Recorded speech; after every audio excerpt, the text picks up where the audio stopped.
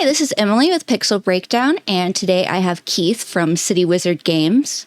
You want to give a Hello. introduction? Yes, hello. And let us know, give a little brief introduction as to what your game is. Yeah, for sure. So yeah, I'm Keith. I'm mostly a one-man studio, working on my game Doc King, that you can see in the background here.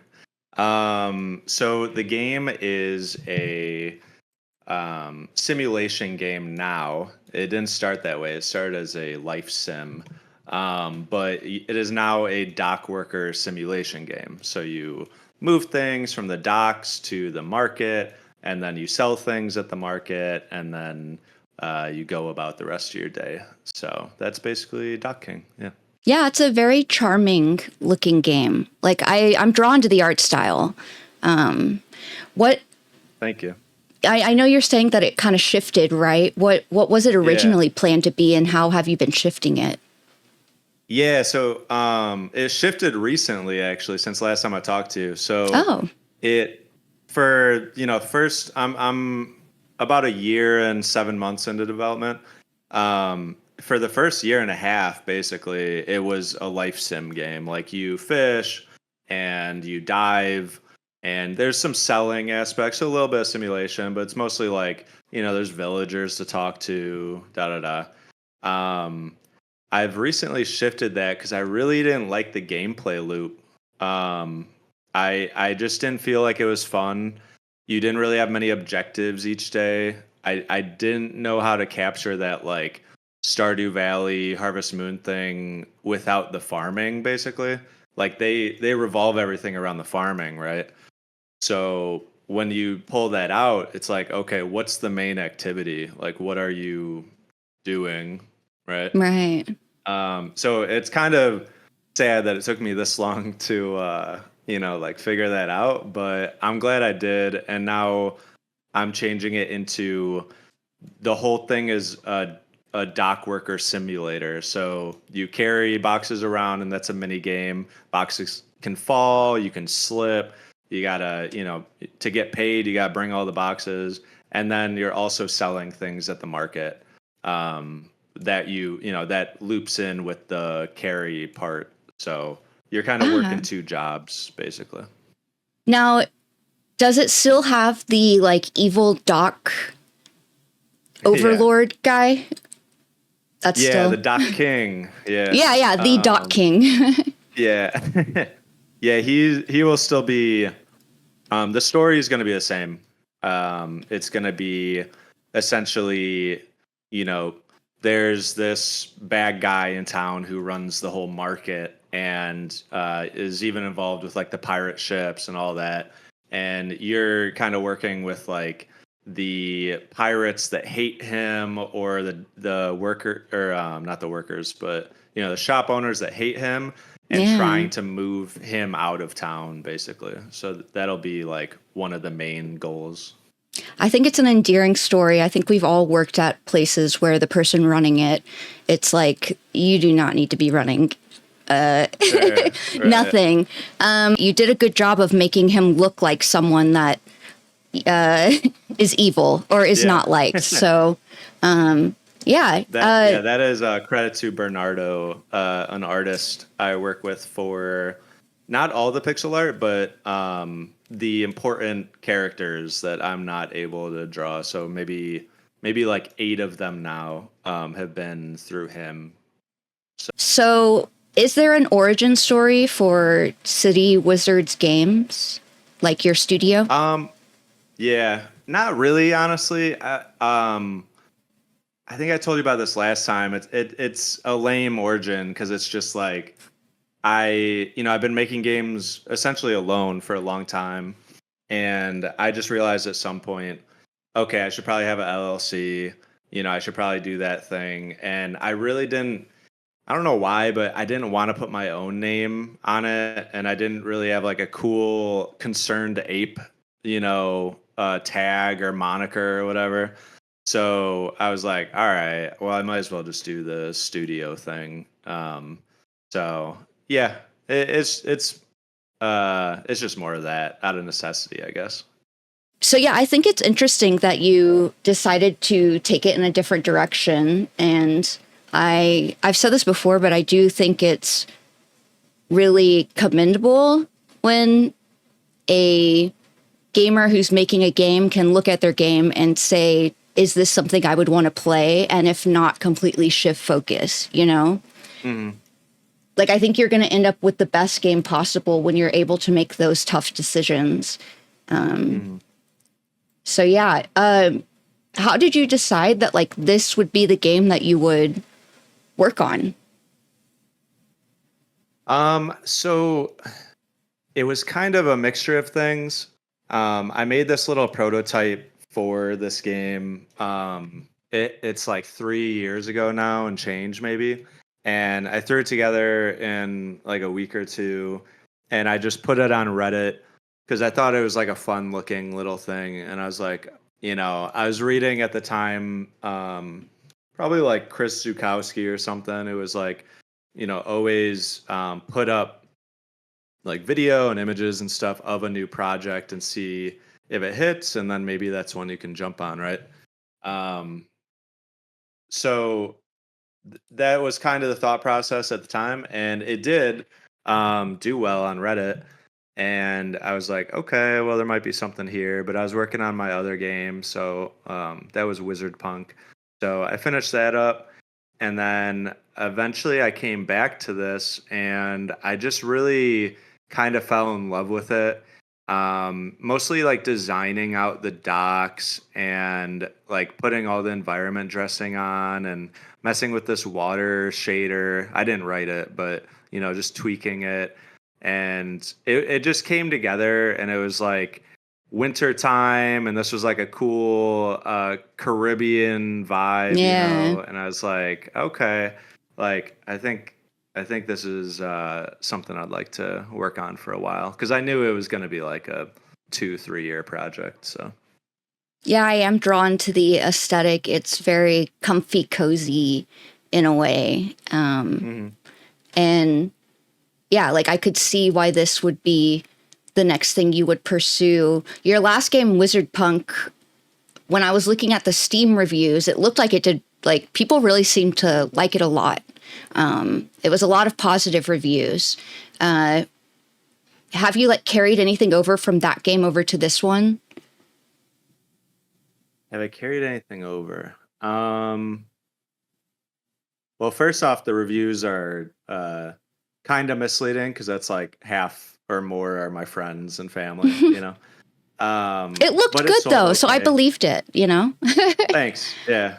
Yeah, I put a lot of hard work into that. That was my first 3D, essentially my first 3D game. So a lot I learned on that end for sure. As far as carrying things over from that, yeah, there's a lot of systems and stuff that I'm carrying over. There's like the Animal Crossing, when they talk, it's kind of like the Oh, you know what yeah. I'm talking about? Yeah. Yes. So like that, I had to write a system for that, and I'm going to carry it over, and I know how to make that better now.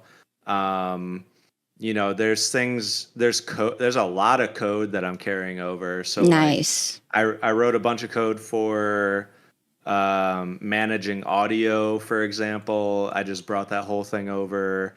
Settings, the same thing. Saving the game, the same thing. Sometimes that's like too much, and it's very.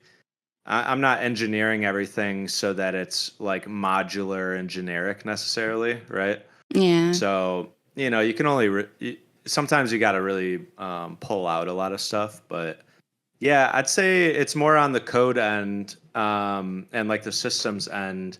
Nothing really in the design or art, categories. Yeah. I after working on my first like solo game, and like not having anything to carry over because it was all very made for that game, I have started being more like cognizant of that, I guess. Like similar to you, I think, where it's like I'm not trying to completely modularize everything, but in places where I can, and you know, it's nice to be able to pull different systems over that you've already like perfected, especially if you're working in the Yeah. same engine. Are you thinking like maybe you'll have your own little toolkit that you could like, potentially build new games off of? Maybe. Yeah, sort of. Like kind of just have that like boilerplate stuff when you start a new project that you can just always carry over. I think it's good to like be wary of when, or not wary, but just be aware that like, if you maybe spend a little more time developing something to where it can be split out, then it'll save you time in the future. Yeah. Yeah, So it's kind of it's like for us engineers, it's like the only, well, I mean, it depends what you're doing, but it's kind of like one of the ways to have a little bit of personality, with your code is to have like, oh, I have all these scripts and everything that I reuse over and over instead of having to write them from scratch. Like I know a yeah, couple game devs that have their own little like toolkit or whatever. yeah, it So saves time. It's nice to hit the ground running. It's not as like overwhelming to start a new project when you know you have that base stuff kind of in line. So the art style, the mix of like the 2D and 3D, I've said this before, very charming. And I personally am really drawn to this sort of style. So yeah, just how did you decide on taking this direction with your game? yeah, so well, thank you. It was kind of happenstance. There was this really cool pixel art pack. So the main character is still based off of this pack. Maybe I can send it to you, and you could show it. And it's basically like this free itch. I think it's free. Itch, little asset pack, and it was these pirates, and that like really motivated the aesthetic for me because I just loved these little animations that they had, and I was not interested in going back to 2D. So I had to make those two things work. I was like, well, I love this little sprite pack, and I just really don't want to make a 2D game. So I just, put them together, tried it out, and yeah, I don't know if it was a good idea or a bad idea at this point. There's challenges with it as far as like depth. Right. Um, there's a lot of weird clipping things. I recently, for a while, to get a little into the technical weeds, for a while I was facing the character directly at the camera, so kind of like a billboard effect. Yeah. Um, that has the side effect of now that character is tilted, in the axis facing away from you, right? So now if all the other characters are standing straight up, the character will now clip into them because it's angled. So Uh, now when you're like you can see it right there. If you watch, you can see anytime I'm next to an NPC, it'll happen. So yeah, there's weird problems like that. So I recently just made him, back to facing upwards. But I yeah. did learn online there's a trick of perception where if you scale them upwards, so I'm scaling him just in the y-axis a little bit, and that almost for some reason gives the impression that they are facing the camera now. It's some weird Interesting. depth perception thing of like at this angle they would be that height. So if they appear to be that height, I don't know. I don't know how it works. Like But your eyes trick you into like making it make sense that way, sort of. yeah, Yeah. somehow. Interesting. Hmm. I'll say like when the art style is this nice, I'm more okay with like kind of overlooking random little clippings and things like that. Okay, that's Yeah, good to it's not hear. hard to to overlook that stuff. Hmm. So the game is described as like an anti-cozy life sim. And I know I use Hmm. cozy for the art style, but the gameplay and the art style are two totally different things. Okay. Right. So yeah, can you unpack what that means to you and how it's shaped your approach? Yeah, I would love to. Thank you for asking. I don't know if I should be doing this, but I'm kind of doing it because I don't really like the term cozy, and I don't really like how people. Well, I don't want to, attack other devs. Like, whatever their choices are, that's cool. But when I see a game that's like advertised as cozy, like that's the main selling point or whatever, I run from it. I'm not interested. I think that's like, uh, okay, so I'll unpack that. Why do I hate cozy stuff? Because I like Stardew. I grew up playing Animal Crossing. Like I don't hate a game that feels good and is comfortable and it's nice Right. to you or whatever. I think what it is that the modern day cozy games, from what I can tell, they don't really they start cozy, and I don't like that. I think it should be. I think we talked about this last time. I think it should be like a gradual, like you earn the coziness. Right. I like that a lot better. Where it's like, okay, start me off in hell. I don't care. Yeah. Like, start me off in something terrible. It's going to feel so much better when I create a heaven, when I Right. create a really cool space out of that. And now I can like call that my own little cozy spot where, I mean, if you're giving me the cozy spot, like, okay, farm simulator number 300, and like you right at the beginning of the game, you have this like beautiful little cottage and you have cats and there's a cute granny next door. Like, okay, that all that stuff's cozy, but if you didn't earn it, Yeah. I got one more analogy on it. If someone, okay, usually people think of like their grandma as cozy, right? Or their Mm, pets, right? yeah. Those are cozy things in your life usually, if your grandma doesn't suck. So, if I came along and just gave you a grandma or just gave you pets, you don't give a shit about them, right? Like these are Right. not like that's kind of what I'm saying is that I want to make the player earn that and like actually feel good about, if possible. I agree with you. Like I think the coziness should be worked towards. And yeah, pets are cozy, but they take work to maintain the Right. coziness. I know that I completely understand why people like the cozy, relaxing games. Like I totally get that. But it is less for me. Like I want to feel like there's a lot of challenges and consequences to like these decisions that get made, or like not working towards the correct thing or whatever it might be. And I think you're right too. Like it's more rewarding to earn that cozy feeling. Yeah. I'm banking on it. We'll see if that proves, correct or not. I don't know. It might be that I'm like underestimating how hard that is, right? Like it might be really difficult to like start someone in a really rough environment and then like build that coziness for them. I'm not sure.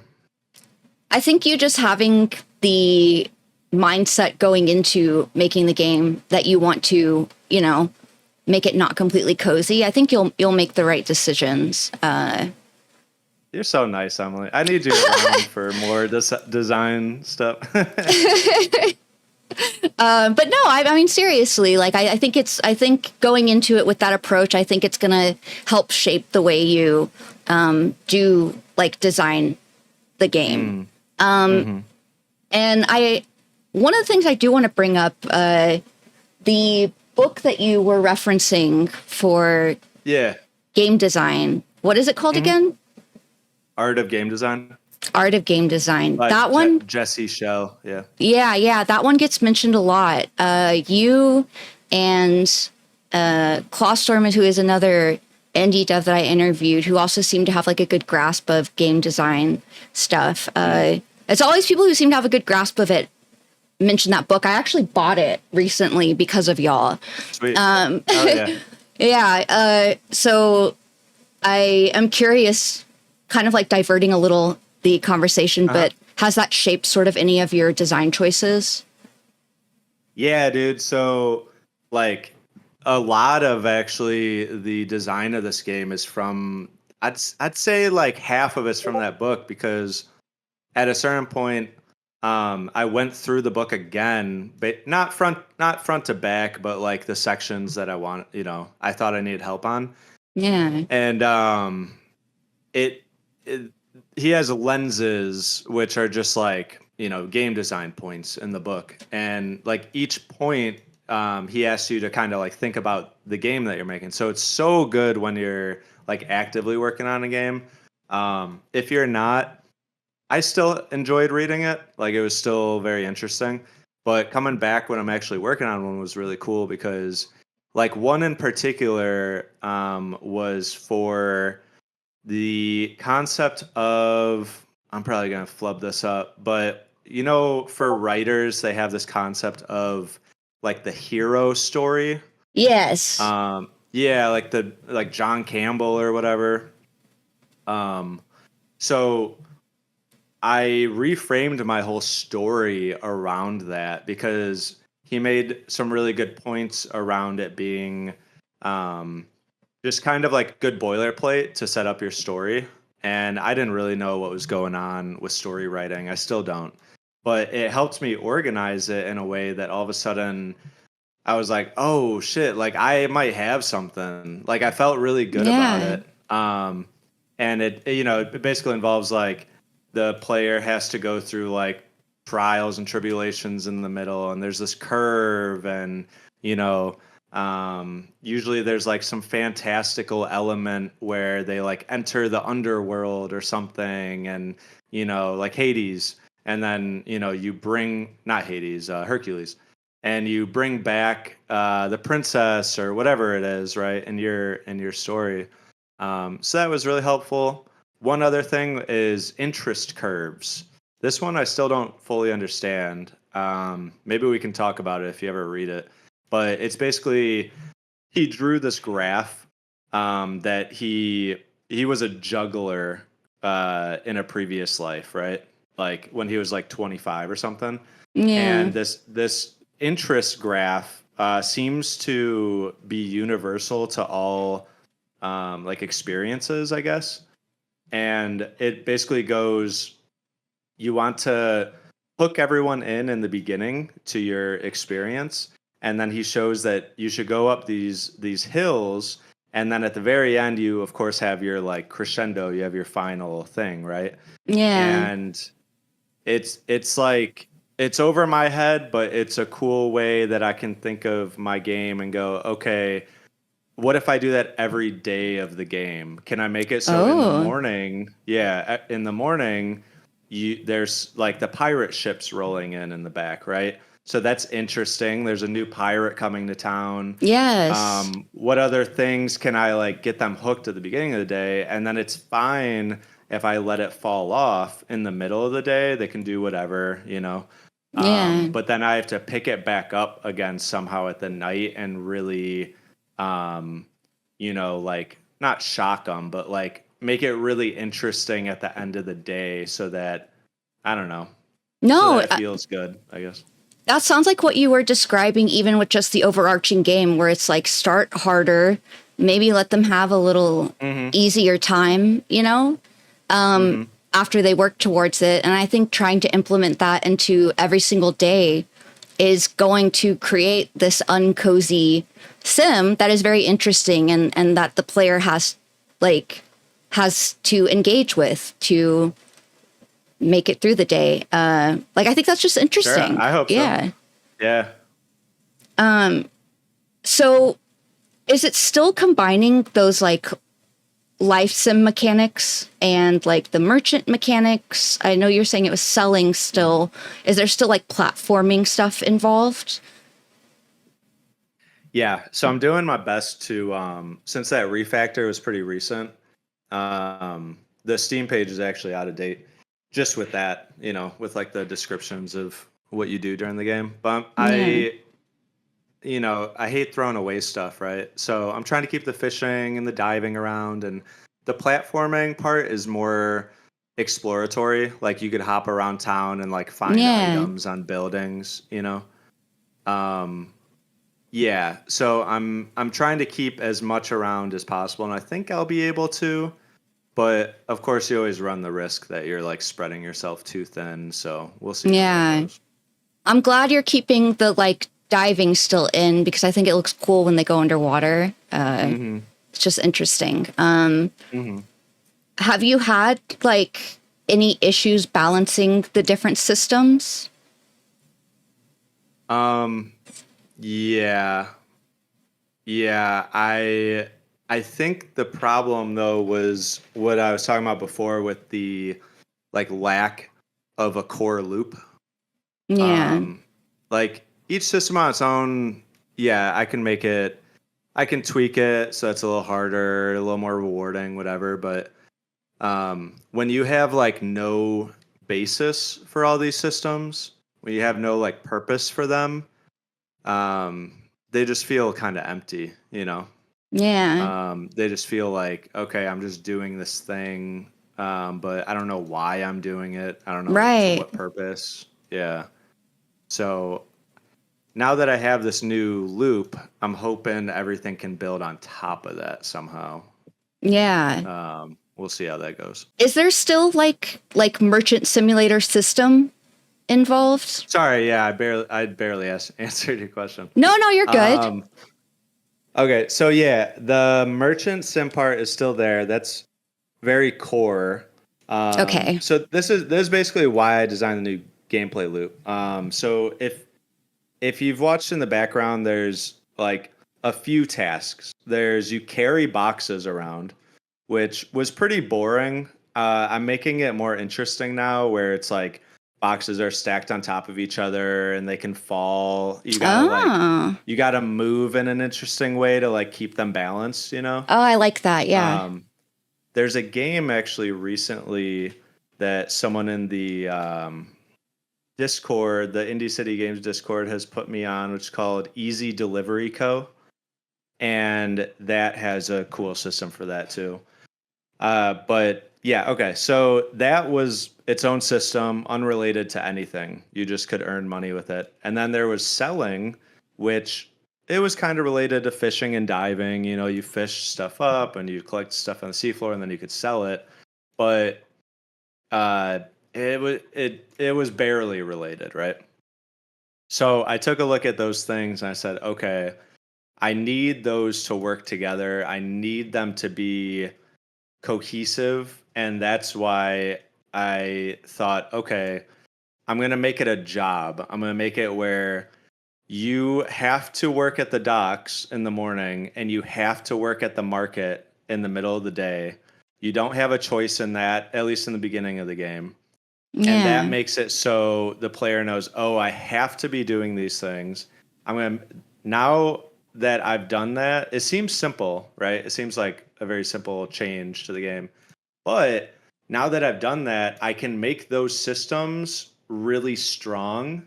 And that influences so much of the player experience. Where before, carrying the boxes, even if I made that really good, some player could just come along and only fish, right? Right. Oh, that's a So good then what the point. hell? Yeah. Like, I didn't know what to do with that. No, you're making it to where So, they have to. It's yeah. yeah. It's something that is driving the player to actually do these things because it's like no, Mm-hmm. there's a challenge involved during the day that you've got to do this. 100%. Yep.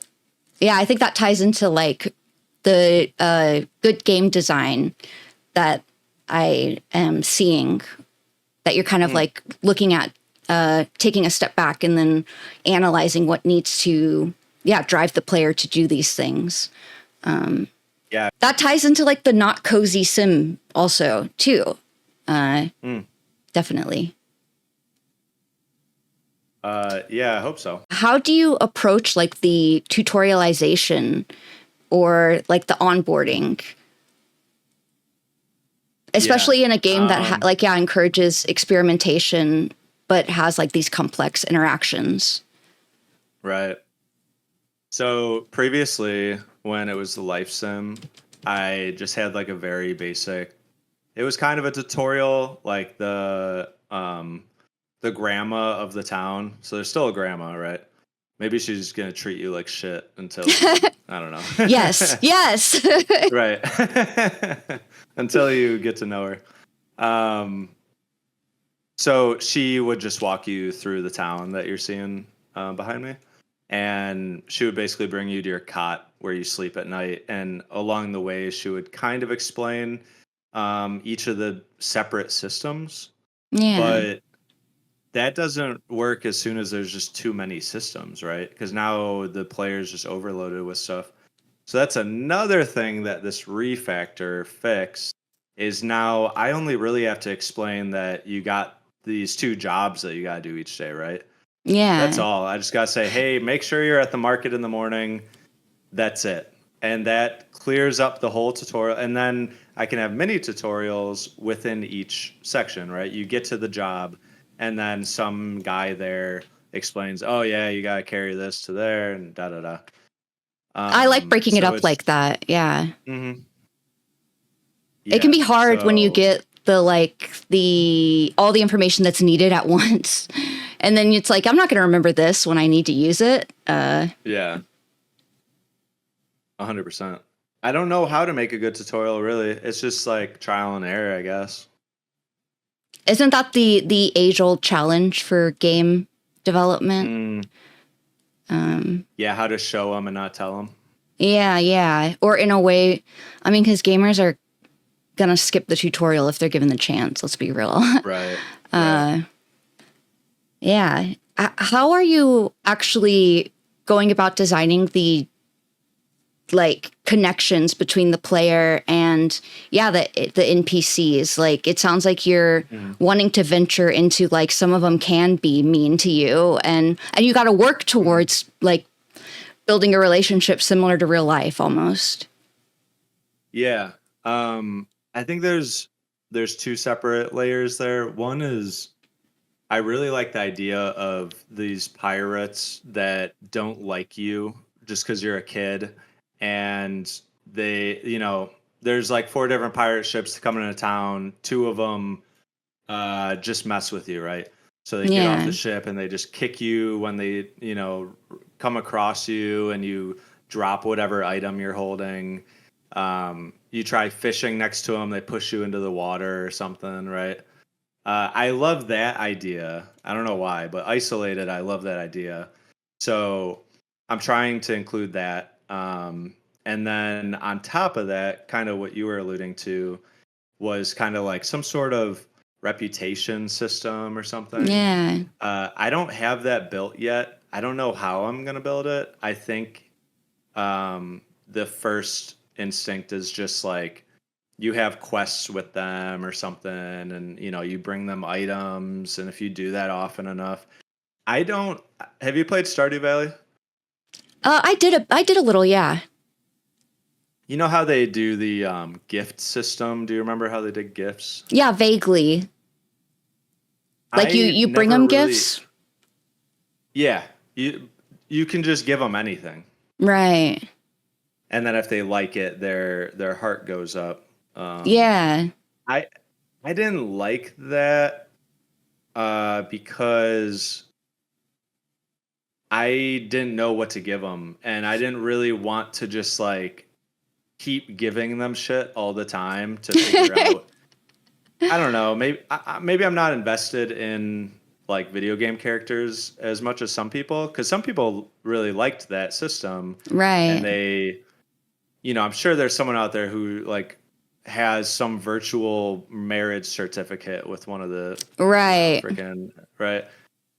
But that's just not me. So for me, what I would like to do is just make it more like transactional if possible. Like, they'll give you a task essentially. You don't have to do it.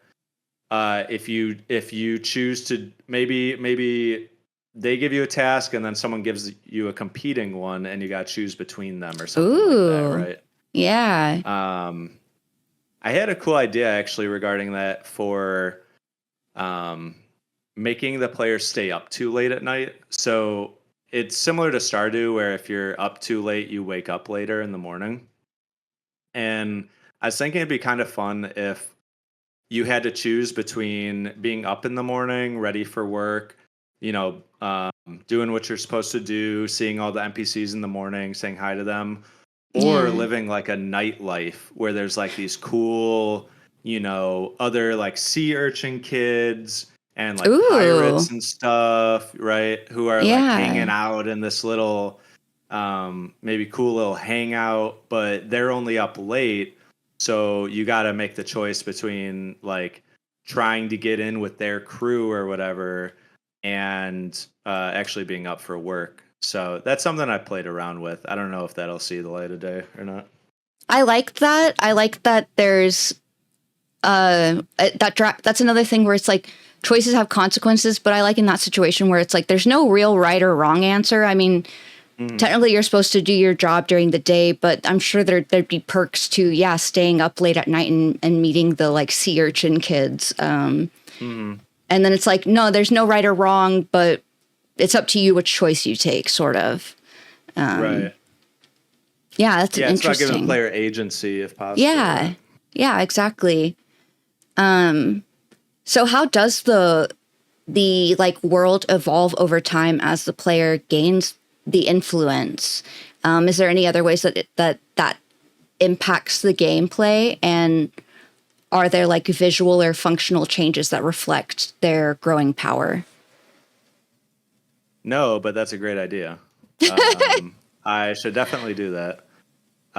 The only like change over time right now is like see those stalls behind the player.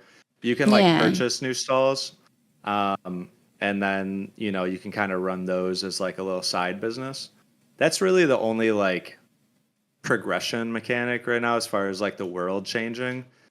But I should really do more. The biggest hindrance to that is actually the 3D art. So, um, breaking that down, a lot of this is from an asset pack. Well, not one, but many. Every single pirate related asset pack you could possibly imagine. they go A together really well, by couple. the way. Yeah, yeah, thanks. That's mostly just having them all use the same textures, and um, that's usually the bulk of the work for me is going in to Photoshop and actually like modifying the texture to be the right color and usually like Yeah, the right resolution. So I've had to learn quite a bit on that end. nice. But yeah, as soon as I want like, so see that big ship behind? I did modify that model so that the bar is like floating off the side of it. But as soon as I want to like upgrade this thing, oh, that's a whole new. I gotta pay someone for that, right? Yeah. So that's kind of the one of the big things stopping me right now. That's something where if I ever got like funding, or I just I guess, came into some money on the side somehow, then I could put some money into that, and that would be a really cool thing to see. Have you thought about doing any funding like GoFundMe sort of things? Um, Not GoFundMe. Kickstarter is kind of interesting, but nowadays it just seems like the money you get, it just can't fund an American dev. Oh, Um, right. I mean, you're getting like after tax, you're getting like 30 grand on average for a game, right? Which, Oh, I mean, maybe that's not even the average. Maybe that's even high. So it's like, okay, that can pay one person in the US to work full time for like 6 months, right? Something like right. that. Uh, Um, you could do if that. smaller chunks though, like if it's like, oh, I just want to upgrade my assets or something. True. That's a Because good point. yeah, I think that when you're describing like the game, I think you're bringing up things that a lot of people, there is like a niche for that where people want the like uncozy sim or like that sort of thing. So So maybe there's Yeah, it would probably be good to see too, just to see if like people care about the idea. It's like a proof of concept with that too. Yeah. Have you ever thought about doing a Kickstarter? No. I mean, I haven't gotten to a point with my own personal projects where I would feel comfortable doing that sort of thing, you know? Sure. But I do think it's a great resource. And I think you're far enough along to where you could actually like deliver on whatever things that you're like saying you will. Yeah. Well, as usual, you're very nice and you're giving me confidence to maybe pursue that idea. So, yeah, maybe Think about that'll it happen. seriously. Yeah. Yeah. Are there like branching paths or outcomes based on, I mean, this question we've sort of touched on already, like the player's choices do have impacts. And actually you were kind of saying already that there is going to be some potential for forming alliances where like you might choose to help out even one NPC versus another. And that's sort of choosing that. But are there any other things that you want to touch on as far as like those branching paths may go? Like narrative paths. Yeah. I'm really wary of them.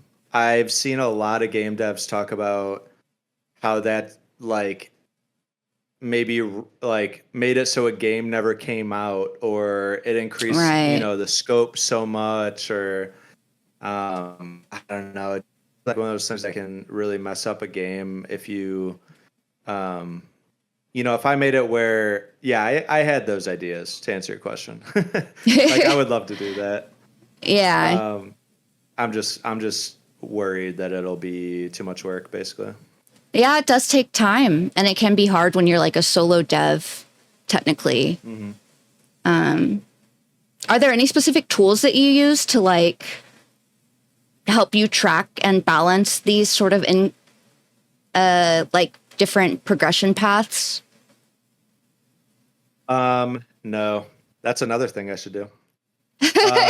So for right now, it's kind of like my note taking app is just the end all be all. I have like 20 different notes for the game. Yes. Yeah, kind of organized, but kind of not, right? The damn to-do list is incredibly long. It's crazy Yeah. how long it is. But no, when I'm trying to balance these things, it's really like, oh, I should really just put this in someone's hands, but then I don't know how you feel about playtesting or like watching someone playtest your thing, but I'm a big perfectionist with it, and I really hate putting the game in someone's hands when I know like it's going to be 10% better next week, right? But Right. but then I just never have anyone play it. So a big one, shout out to Indie City Games in Chicago where I live, and you do as well. You can cut that out. Yeah, Our yeah. docs do. All right. No, I told you. Yeah, yeah. I'm here in Yeah, Chicago. Yeah. yeah. So shout out to them because they had the SIGs, I believe it was called, the Indie City Games Showcase. I don't know what the acronym was, but that got me so much playtesting. Actually, behind me, sorry. This whole video has been just playtesters from that event. Oh, cool. So it was incredible for feedback. I realized that I have to force myself to like sign up for an event like that in order to put it in people's hands, because otherwise I don't know. I guess I fear doing it for some reason, It's easy to, when you're doing like the solo dev, to just be in your corner and not. And I think, yeah, that playtesting is invaluable because even like you're saying, where it's like, oh, next week it will be 10% better. But then it's like, oh, well, it could be 20% better because they help you find things that need to be worked on. Or also, yeah, like when you're starting to work on the game, there probably isn't ever too early of a time to start playtesting. And I think that's also why you notice like a lot of big companies have that specific like QA testers that are always there. Because if a drastic change needs to occur to help the player like understand how to play better, it's better to catch that stuff early on, because then you don't have a bunch of systems built around this one thing that might need to be tweaked, True. you know? Yeah.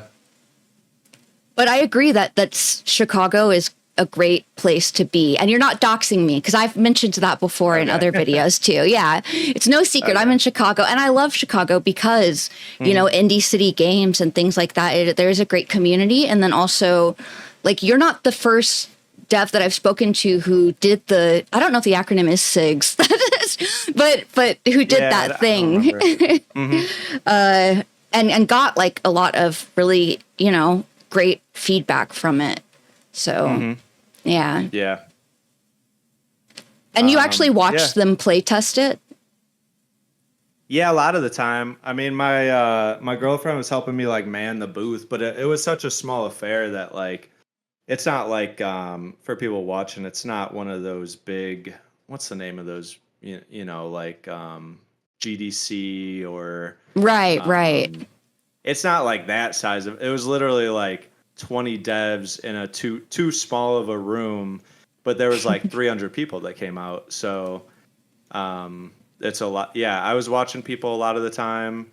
At some point I got frustrated because, and if people watched closely, they could probably see it in the video, but a lot of people just couldn't figure out what the hell to do. Like that was a problem of this version was, okay, I can go fish if I earn coins to buy the fishing rod, but I don't know how to earn coins. It wasn't clear. Oh, right. Yeah. So I saw a lot of people just freaking walking around, and like to the game's credit, it's somewhat enjoyable to walk around in Yes. because it's pretty. Yeah. So thank God for that. So that's good. And But they thought it was like a dox sim. yeah, like like, oh, okay, cool. You just watch everyone walk around, or whatever. I don't know. I agree, though. It's gorgeous, and it's not a bad, like, it is that cozy feeling where it doesn't suck to just walk around. Yeah. Yeah. But it is good that you got some like valuable information from it too. Like, yeah. Oh yeah, I'm so grateful for that. Hey, a lot of the devs that you've talked to on the podcast, have they, you were saying it's easy for the solo dev to kind of be in a corner. Do you see a lot of that where devs are just kind of like siloed off for too long? I've seen a mix. So I've seen some who did say like playtesting started too late, or like one of the key takeaways from them developing was like, do prioritize playtesting. Don't look at it as like a secondary thing. But yeah, I think another key takeaway was that it is good to watch people playing your game, because they might not be able to like verbalize what feels wrong or what they're not misunderstanding. Like, you don't know what you don't know until you know, right? Or whatever that saying is. So you don't know. Yeah. You don't know how to say that you're missing something because you've missed it and you don't know about it. So it is nice to be able to watch them and kind of be able to put pieces together as to what might be wrong. Which, like you were saying with QA earlier, I mean, that's a skill on its own, being able to kind of like decipher what someone wants, or like. Absolutely. Yeah. Do you have any pictures of like your stall there, or like your setup? Yeah. We'll do it in post, but you could put it on. Yeah. I have noticed also game developers who have girlfriends who are supportive. It tends to work out for them. Yeah, it is a theme. It's nice having that like additional help. Yeah, I don't know if my girl is quite the concerned ape girlfriend level, who's like fine with me making no money for 3 years. You know what I'm saying? Right. Yeah. That would be a problem. But yeah, she's happy to support me when I need it, so that's great. Yeah, that is great. Also, it's nice to have that critical eye who can also look at it and say when something's wrong. Actually, I noticed too, when it comes to like girlfriend or partner thing, even having a partner who isn't big into gaming also has benefits of its own because they look at it differently, you know, and can Oh yeah. kind of point out things where it's like, oh, that's not normal in gaming, but you know what? You're right. This should be done this way. Or like, it's more intuitive to do things this other way. So yeah. Yeah, it's interesting. They say to show it to your friends and your family and other devs, right? And then you'll kind of get a full scope of, if you Yes. show it to your mom, it's, I mean, a crazy different perspective, right? But I did have a phase where I relied a little too much on that. I'm 33 now, so when I was like 26 making game, I've been making games since I was a teenager. But when I was Yeah. like 25, 26 making games, I like only told my friends and family, and I didn't put it in front of other people, and it can go wrong that way too because I was only getting Yeah. positive feedback, and that did keep me working on it, which was cool, and it kept me excited about it. But then I got to a point where, like one project in particular, it was called Delaygram. It was supposed to be like an Instagram parody, but I never released it, and it just didn't have like a good, gameplay loop. It just wasn't fun. Um, and that's like a hard lesson. I had to learn to like actually give it to, real players or devs. So, Yeah, but your family was there cheering you on, even though it was like not the oh best yeah, situation. So you're like, "This is it. This is the next big thing." And then yeah, I've right. fallen into that trap too, and yeah, I think that you're right. That is like a good takeaway to like have varied play testers and input on it. Yeah, I don't mean to take away from, the love that they can give you for it, because that's really important. I think it's just finding a balance if you really want the project to see the light of day, right? Yeah. So how do the like upgrades and stall management work in terms of game balance? And yeah, can players break the economy if they're cheeky enough? Yeah, that's a good question. I don't really think there's enough of an economy yet that they can really break anything. Yeah. Right now, it's pretty basic. It's like you don't even upgrade stalls, you just buy them. But there's like specific stalls, so it'll be like a fish stall, and then you make more money on the fish if you only sell them there. The upgrading part that I'm planning is kind of like um, I don't know how to call it, but instead of a system where you just pay to upgrade it, it would be depending on how you use it. So it'd be like, oh, okay, if people can trust that there's only fish at this stall, so you only put fish there every day, then it gets upgraded at some point. And then there's, perks and benefits with that. So it's kind of like you are rewarded for like finding a specialty, let's say, right? Like if you Mm. really, this might, this is where scope creep can happen, but like let's say I wanted to give the player the ability to really be like a fisherman, and then they can just disregard diving, they can disregard buying and selling items, and they could just have a fish stall where they sell their stuff every day, and they're rewarded for that because that stall is going to upgrade pretty quickly, and then hopefully they can just make enough money at that one stall. Yeah. um, that part's going to be hard to balance for sure, and it might throw off some other things. Like if I really need someone to um, still be carrying barrels around and selling and buying stuff, I don't know if that will conflict with that, but it's an idea, like you were talking about earlier, to provide like different play styles, right? Different Yeah, different paths. choices that they can, yeah, find the play style that they want, sort of. Yeah, that's very Hmm. interesting. So have you had any challenges with like designing the player progression so that it feels like, yeah, open-ended, but you still have that goal of overthrowing the Dot King? Yeah.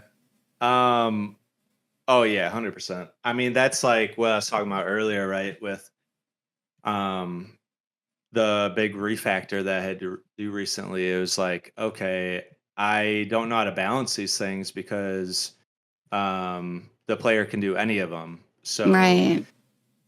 I'm sure that's possible, and I think some games probably do it well. Maybe like some big open world type games where they just make it every system they make interesting, but I just don't know how to design around that. So, um, yeah, I think it's going to be a lot easier now, basically, now that I have a kind of core loop for the day. Yeah. It's funny hearing you say that like you aren't certain about how to design the systems to be interesting, but again, this ties into like I think you have a good eye for design, and I Mm. think what you think maybe is less interesting or whatever it might be, like from your opinion, is actually like really good still, though. Like I don't know. Thanks. I Yeah. think yeah, I have a lot of optimism for this game, and I'm interested to see like what path you do end up eventually taking it down.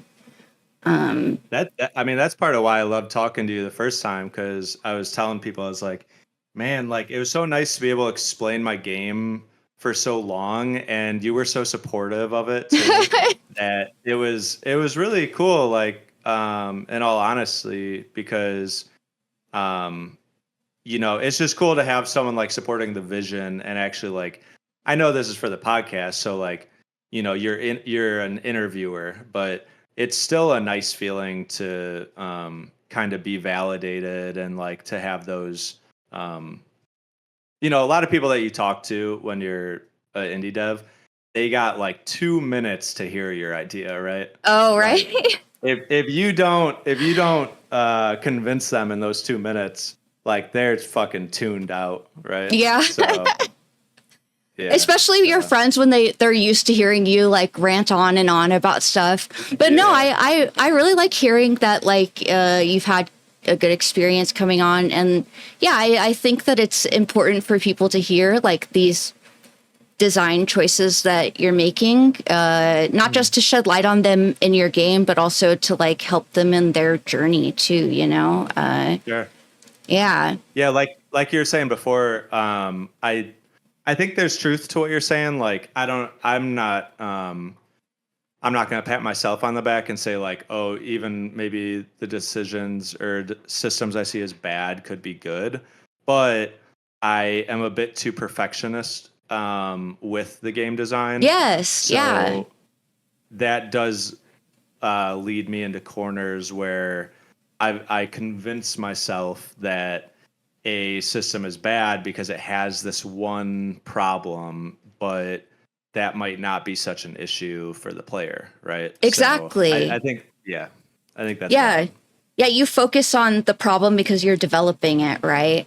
Hmm. I think a lot of times too, indie devs in general kind of forget how like it's it's like it's I'm trying to think of like the right words and not Hmm. sounding cheesy either, but it's like it's really you you have a lot of skill. It's like not everybody can come on and turn their vision into reality, and Hmm. just even taking the initiative to like start it and then work through it. And I think that that's something that like again like indie devs will forget because they're so in the weeds or they're so like wrapped up in that one problem that's like holding them back a few weeks or something. But it's like no, look at Hmm. all this stuff you've done already. This is great. Like not I think everyone can get to that point.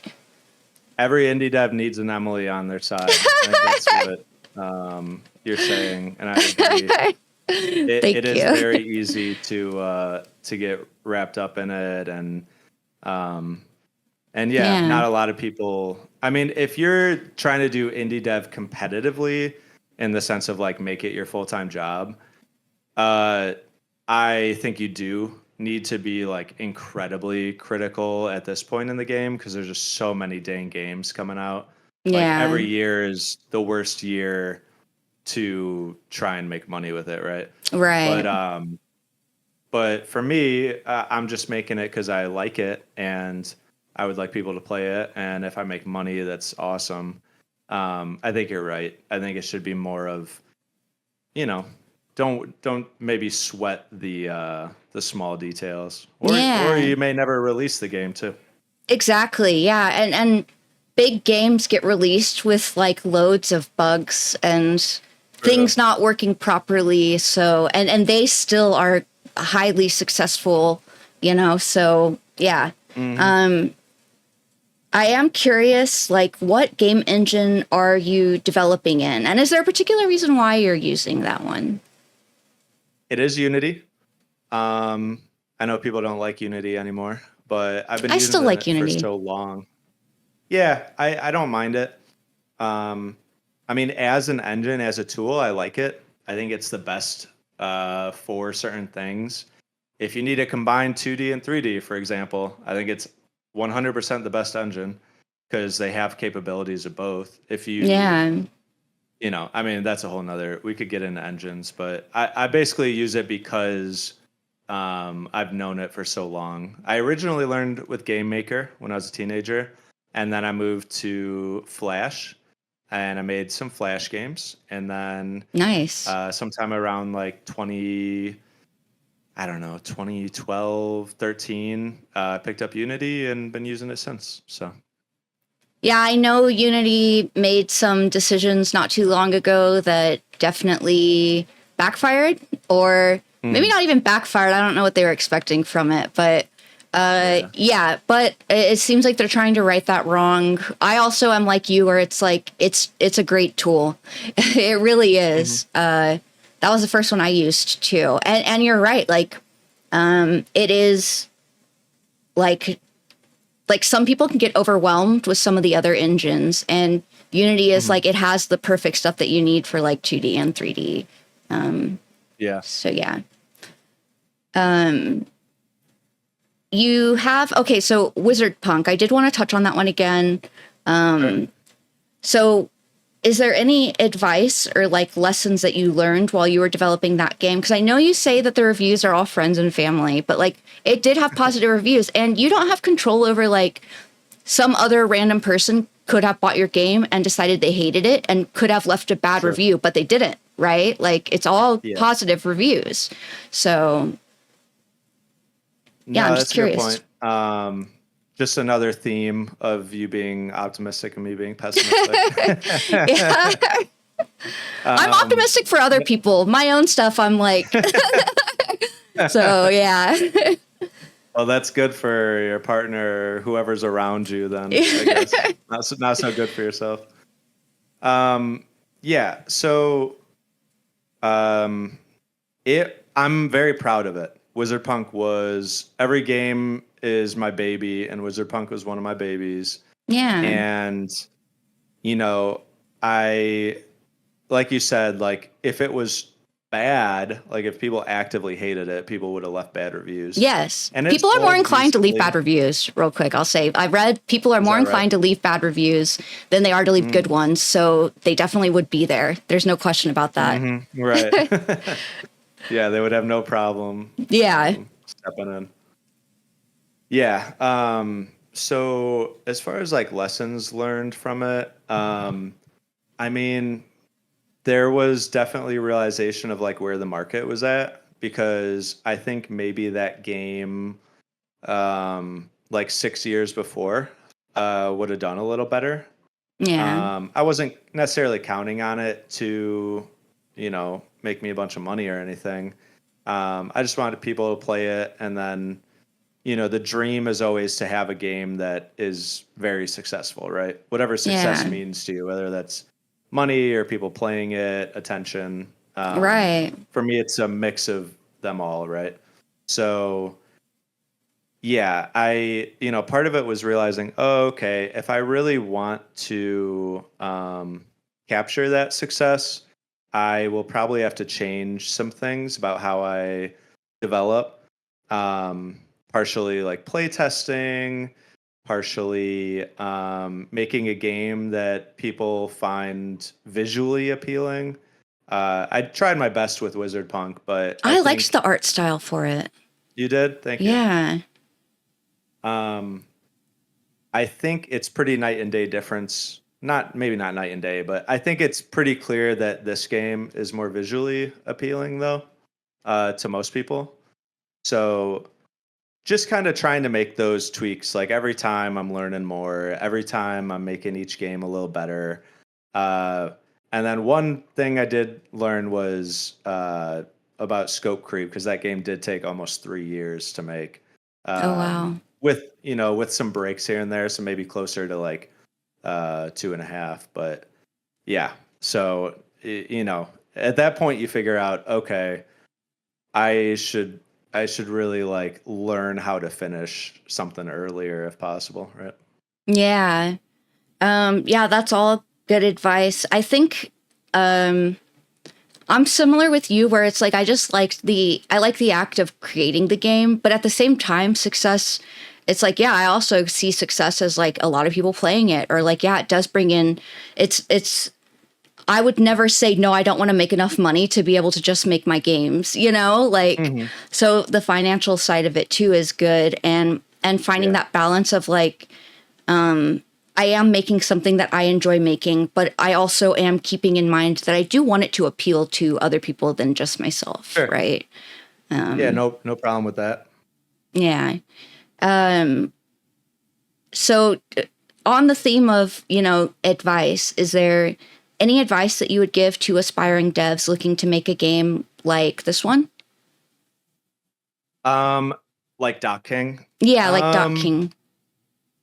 ooh boy. Well, I would say if you're trying to make a game like this, I don't know if you should try and make this early on in your dev career.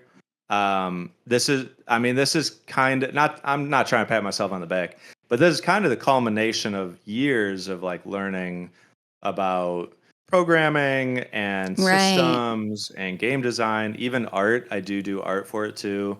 So don't start here. Even as like a second game, is probably too much. Unless you're really good at like keeping the scope really tiny, right? Like maybe it's just one little section of this town and it's like one mini Yeah. game. Just do that really well at first. So yeah, I'd say if you are like me and you're at this 10, 15 year point or whatever, then just look around at what people are doing, and if there's a lack of it being done, like dock simulators, I don't think that's a thing. Then yeah, go for it. Chase the dream. Yeah, that's great advice. I have a sort of other question that I want to throw in. Mhm. Is there anything on your game that you maybe haven't touched on yet that you do want to touch on or bring up? Um, yeah, I guess one more part of it is the overarching story of the game. Um, which I don't even really have in the game yet. There's like little hints of it popping up, but what I'm really hoping to do, this has been the dream since the beginning, is have this overarching story about growing up. So the idea is that this is a fake, not fake. I mean, maybe it's like a ayahuasca trip or something, like you're living it, but in quotations, right? Right. Um, and you took some brew from some witch doctor, right? Like in the real world, and that's why you're in here. So the idea is you're an adult and your life is pretty miserable Yeah. and you don't know why.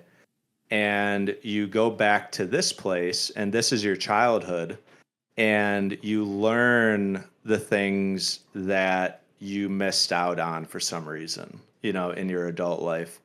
That would be things like relationships, like we were talking about earlier, once you build that cozy relationship, maybe something in the real world changes, right? Like there's a little color added to this, black and white world or something like that. Yeah. Um, I'm hoping to do that. If I don't do that, I'll be very sad because I've had that idea the whole time while making this, but it's just another layer to add on that's difficult. So I think that that's a very unique idea. And I could see it also maybe having the player sort of look at some of the interactions a little differently. Like it's like, oh, is this a metaphor for something? Or like, yeah, it does. It adds another layer to it. that'd be Very interesting to see. interesting. Yeah. So what would you say is one thing that you hope players take away from their experience playing your game?